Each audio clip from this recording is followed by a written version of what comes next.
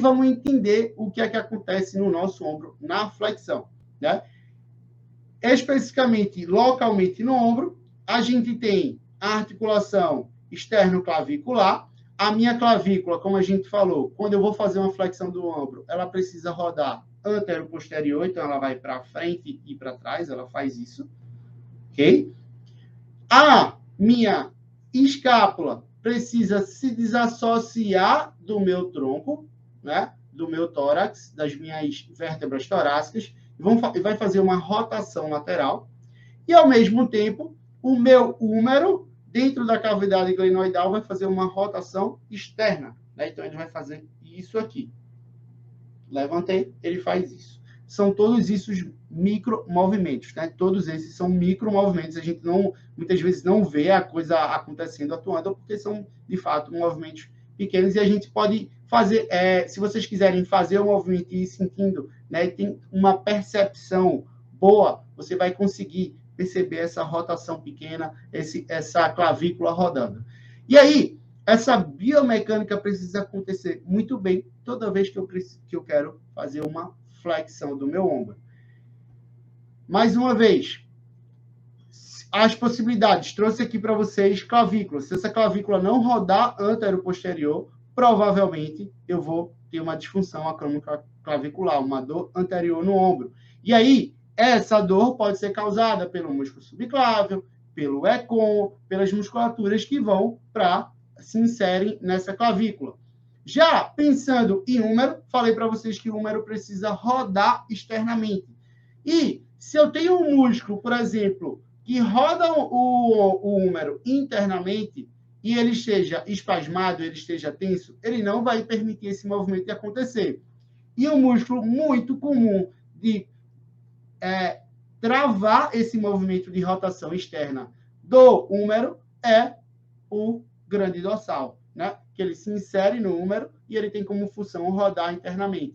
E aí, ao flexionar o ombro e realizar essa rotação externa do húmero, o grande dorsal encurtado ou tenso, ele vai travar esse movimento e vai fazer com que a cavidade, que a cabeça do húmero se choque contra a cavidade glenoide e ela não consiga deslizar ou fazer o movimento natural dela. E isso pode gerar uma sobrecarga e gerar dor e até mesmo um desgaste articular, tá?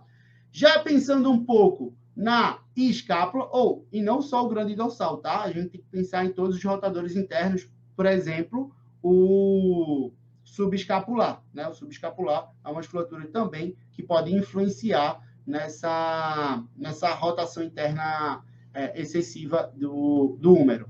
Uma outra articulação que a gente tem que olhar com atenção é a nossa escápula. Então, ao fazer uma flexão do ombro, a nossa escápula precisa fazer uma rotação lateral. Então, ela precisa se desassociar do meu tronco com qualidade, não é simplesmente só sair do tronco. Então, eu preciso ter uma ativação excêntrica da musculatura de romboides, a gente precisa ter uma ativação excêntrica do trapézio médio, né, de toda a musculatura do trapézio. Então, eles trabalham excentricamente para controlar esse movimento, senão simplesmente a escápula iria ficar solta dentro do movimento. E, além disso, para fazer essa rotação lateral, né, essa protração, a gente precisa também de uma boa ativação dos músculos estabilizadores da escápula. E aí, quando a gente fala de estabilização da escápula, a gente não está falando dos músculos que saem da escápula, que têm origem escapular, que são eles, infraespinhal, supraespinhal, né, que a gente tende a trabalhar muito sobre eles, mas, na verdade, eles são músculos que estão saindo da escápula. Então, se a minha escápula não estiver com consciência, sendo estável no meu tórax, nas minhas vértebras, ele provavelmente um fortalecimento de supra e infraespinhal não vai ser necessário nesse intervalo, sabe? Você vai, claro, vai ter músculos fortes, músculos que vão estar ativados para aquela situação, mas, porém, todavia, a musculatura que precisa ser ativada primeiro é a musculatura escápulo-torácica, né? São os músculos que compõem essa articulação.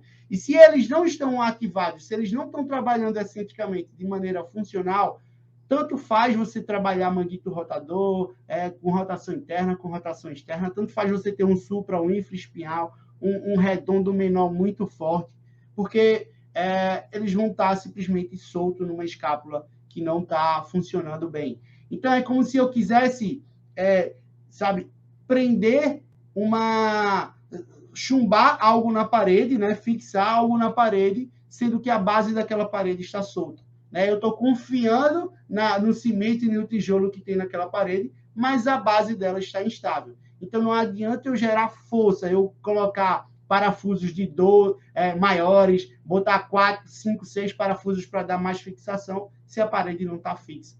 Então, a gente tem que olhar isso com carinho também. Olhar como está a minha articulação escápulo-torácica. Então, falamos um pouco agora da flexão do ombro. Mais uma vez, revisando, na flexão do ombro, a gente precisa ter uma rotação antero-posterior da clavícula, a gente precisa ter uma rotação externa do húmero e uma rotação lateral da minha escápula. Caso, claro, se a gente se deparar com alguma movimentação dessa, né, com uma escápula que não consegue rodar muito bem, então, os músculos que não podem impedir que essa escápula rode muito bem? Os próprios retratores da escápula, o romboide e o trapézio. Eles precisam estabilizar essa escápula de maneira excêntrica, ter o controle excêntrico, eles precisam abrir. Agora, se eles estão espasmados, se eles estão encurtados, né, eles não vão deixar essa escápula rodar lateral.